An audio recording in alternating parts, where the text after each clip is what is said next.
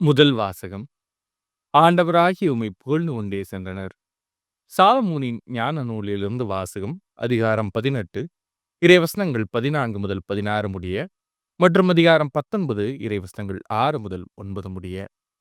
எல்லா அமைதியில் ஆழ்ந்திருந்த போது நள்ளிரவு கடந்துவிட்ட வேளையில் எல்லாம் வல்லவும் சொல் விண்ணகத்திலுள்ள அரியணையை விட்டு எழுந்து அஞ்சா நெஞ்சம் கொண்ட போர் வீரனைப் போல் அழிவுக்கென குறிக்கப்பட்ட நாட்டின் மீது வந்து பாய்ந்தது.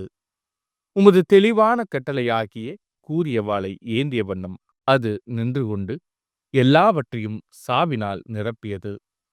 மண்ணகத்தில் கால் ஊன்றியிருந்த போதிலும் விண்ணகத்தை தொட்டு கொண்டிருந்தது. உம் பிள்ளைகள் தீங்கின்றி காக்கப்படும்படி படைப்பு முழுவதும் உம் கட்டளைக்கு பணிந்து மீண்டும் தன் இயல்பில் புத்துயிர் பெற்றது.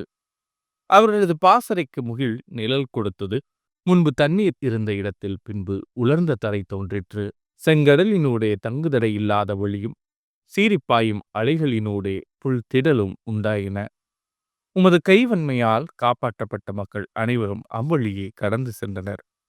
உம்முடைய வியத்தகு செயல்களை உற்று நோக்கிய வண்ணம் சென்றனர். குதிரைகளைப் போல குதித்து கொண்டும் ஆட்டுக்குட்டிகளைப் போல துள்ளிக்கொண்டும் தங்களை விடுவித்த ஆண்டவராகிய உம்மை புகழ்ந்து கொண்டே சென்றனர். இது ஆண்டவரின் அருள்வாக்கு. இறைவா, உமக்கு நன்றி. பதிலுரை பாடல். ஆண்டவர் செய்த வியத்தகு செயல்களை நினைவு கூறுங்கள். ஆண்டவருக்கு பாடல் பாடுங்கள், அவரை புகழ்ந்தேத்துங்கள். அவர் தம் வியத்தகு செயல்கள் அனைத்தையும் எடுத்துரையுங்கள். அவர் தம் திருப்பெயரை மாட்சிப்படுத்துங்கள். ஆண்டவரை தேடுவோரின் இதயம் அக்களிப்பதாக. ஆண்டவர் செய்த வியத்தகு செயல்களை நினைவு கூறுங்கள். அவர் அவர்களது நாட்டின் தலைப்பேர்கள் அனைத்தையும் தாக்கினார்.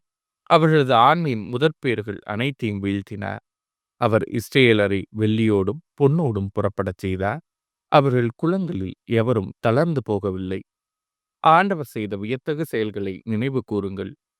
ஏனெனில் தம் அடியார் ஆபிரகாமுக்கு அளித்த தமது வாக்குறுதியை அவர் நினைவு கூர்ந்தார். அவர் தம் மக்களை மகிழ்ச்சியோடு வெளிக்கொணர்ந்தார். அவர் தாம் தெரிந்தெடுத்தவர்களை ஆரவாரத்தோடு கூட்டிச் சென்றார். ஆண்டவர் செய்த வியத்தகு செயல்களை நினைவு கூறுங்கள். நற்செய்திக்கு முன் வாழ்த்துளி. அல்லேலூயா, அல்லேலூயா. நம் ஆண்டவர் இயேசு கிறிஸ்துவின் மாட்சியை நீங்கள் அடையும் பொருட்டே நாங்கள் அறிவித்த நற்செய்தியின் வழியாக அவர் உங்களை அழைத்தார். அல்லேலூயா. நற்செய்தி வாசகம். தாம் தேர்ந்து கொண்டவர்களுக்கு கடவுள் நீதி வழங்காமல் இருப்பாரா? லூக்கா எழுதிய தூய நற்செய்தியிலிருந்து வாசகம். அதிகாரம் 18 இறைவசனங்கள் 1 முதல் 8 முடிய.